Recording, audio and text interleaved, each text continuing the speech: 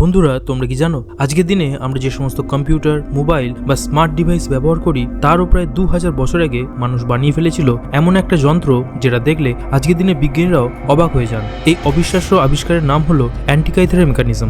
গল্পটা শুরু হয় 1901 সালে। গ্রিসের সমুদ্র তটে সেদিন ডুবুরির একটা দল একটা প্রাচীন জাহাজ ডুবির ধ্বংসাবশেষ খুঁজে পায়, আর সেখানে কিছু মরচে ধরা ধাতব টুকরো তারা খুঁজে বের করে। প্রথমে সবাই ভেবেছিল যে এটা হয়তো কোনো সাধারণ ভাঙা যন্ত্রাংশ, কিন্তু ধীরে ধীরে যখন গবেষকরা সেই টুকরোগুলোকে পরীক্ষা করতে শুরু করেন তখনই সমগ্র বিশ্ব চমকে ওঠে। তার ভেতরে লুকিয়ে ছিল অসংখ্য ছোট ছোট গিয়ার, দাঁতওয়ালা চাকা, আর সেগুলো এমন নিখুঁতভাবে বসানো ছিল যেন সেগুলো কোনো আধুনিক ঘড়ির ভেতরের অংশ।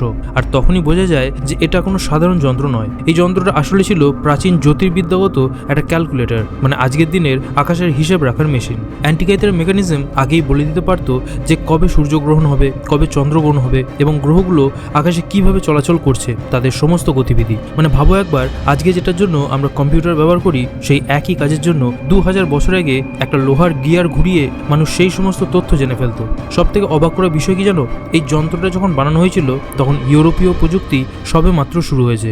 তাহলে প্রশ্ন ওঠে যে এত উন্নত গণিত এবং প্রকৌশল কোথা থেকে এলো? কারা বানিয়েছিল এই যন্ত্র, আর কেন এই জ্ঞান ইতিহাসের পাতায় হারিয়ে গেল? কেউ কেউ বলেন যে এটা হয়তো কোনো হারিয়ে যাওয়া প্রাচীন সভ্যতার প্রমাণ, যাদের জ্ঞান ছিল সেই সময়ের থেকে অনেক বেশি এগিয়ে। আজও বিজ্ঞানীরা অ্যান্টিকাইথেরের মেকানিজমের সমস্ত রহস্য কিন্তু ভেদ করতে পারেনি। আর এই যন্ত্র আমাদের মনে করিয়ে দেয় যে মানুষের বুদ্ধি কখনোই আধুনিক যুগের একচেটিয়া নয়। হয়তো ইতিহাসের গভীরে এমন আরও অনেক প্রাচীন কম্পিউটার আজও ঘুমিয়ে আছে সমুদ্রের বুকে বা ভূগর্ভের নিচে।